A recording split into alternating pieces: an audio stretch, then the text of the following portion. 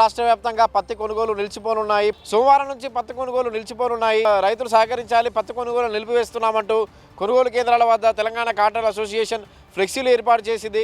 ఈ పత్తి కొనుగోలు నిలిపివేయడానికి ప్రధాన కారణం CCI cotton corporation of India కొత్తగా తీసుకొచ్చిన నిబంధనలే కారణంగా తెలుస్తోంది.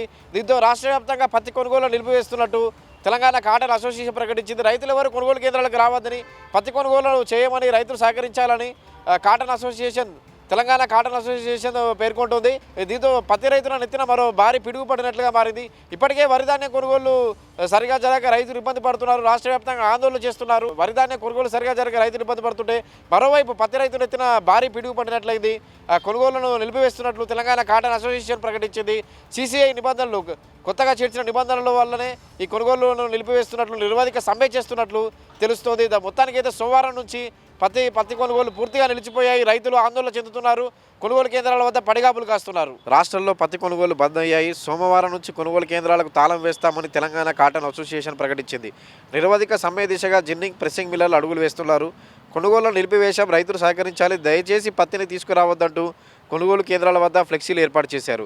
దీంతో ఆరుగాలం శ్రమించి పత్తిని పండించిన రైతులు ఆందోళన చెందుతున్నారు. కాటన్ కార్పొరేషన్ ఆఫ్ ఇండియా కొత్త నిబంధనలే మిల్లర్ల నిర్ణయానికి కారణంగా తెలుస్తోంది. గతంలో మాదిరిగా కాకుండా L1, L2, L3 పేరుతో కొనుగోళ్ల బాధ్యతలను విడతల వారీగా చేపట్టాలని CCI నిర్ణయించింది.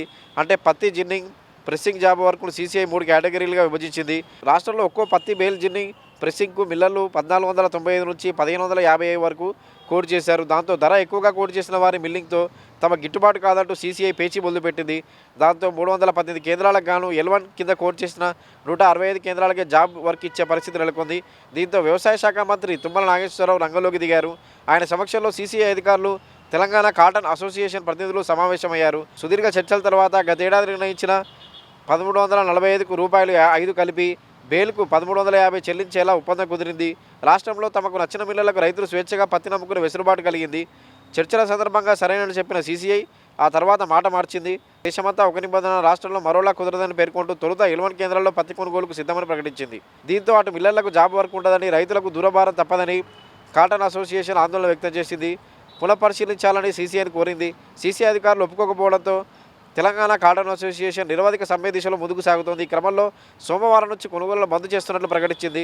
జిన్నింగ్ మిల్లుల గేట్లకు తాళాలు వేసింది. గేట్ల వద్ద రైతులు పత్తిని తీసుకురావద్దని కోరుతూ ఫ్లెక్సీలు ఏర్పాటు చేసింది. ప్రైవేటు కొనుగోలను కూడా నిలిపివేయాలని జిన్నింగ్, ప్రెస్సింగ్ పరిశ్రమల యజమానులకు విజ్ఞప్తి చేసింది. అయితే ఈ వారం మార్కెట్కు పత్తి పోటెత్తే అవకాశాలు ఉండగా జిన్నింగ్ మిల్లర్ల సమ్మెతో రైతులు ఆందోళన చెందుతున్నారు.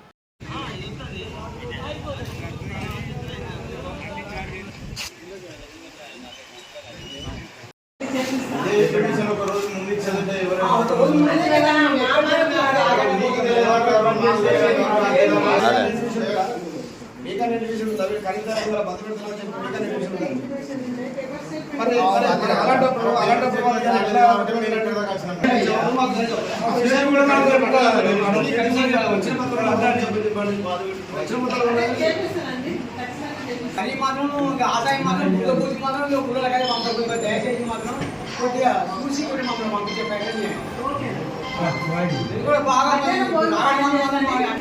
మధ్యాహ్నం భోజనం అరేంజ్ చేసాం, చెప్పాము. ఈ పూటకి అంటే ఈ లోపు భోజనం చేయండి.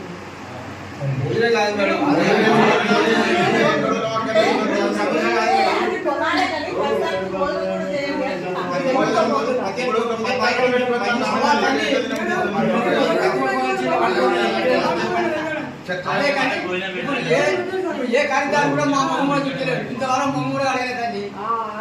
మమ్మ కూడా అడగలేదు. మాకు ఎవ్వరు కూడా ఒక రూపాయి కూడా మా అమ్మకాలు చూపించలేదు.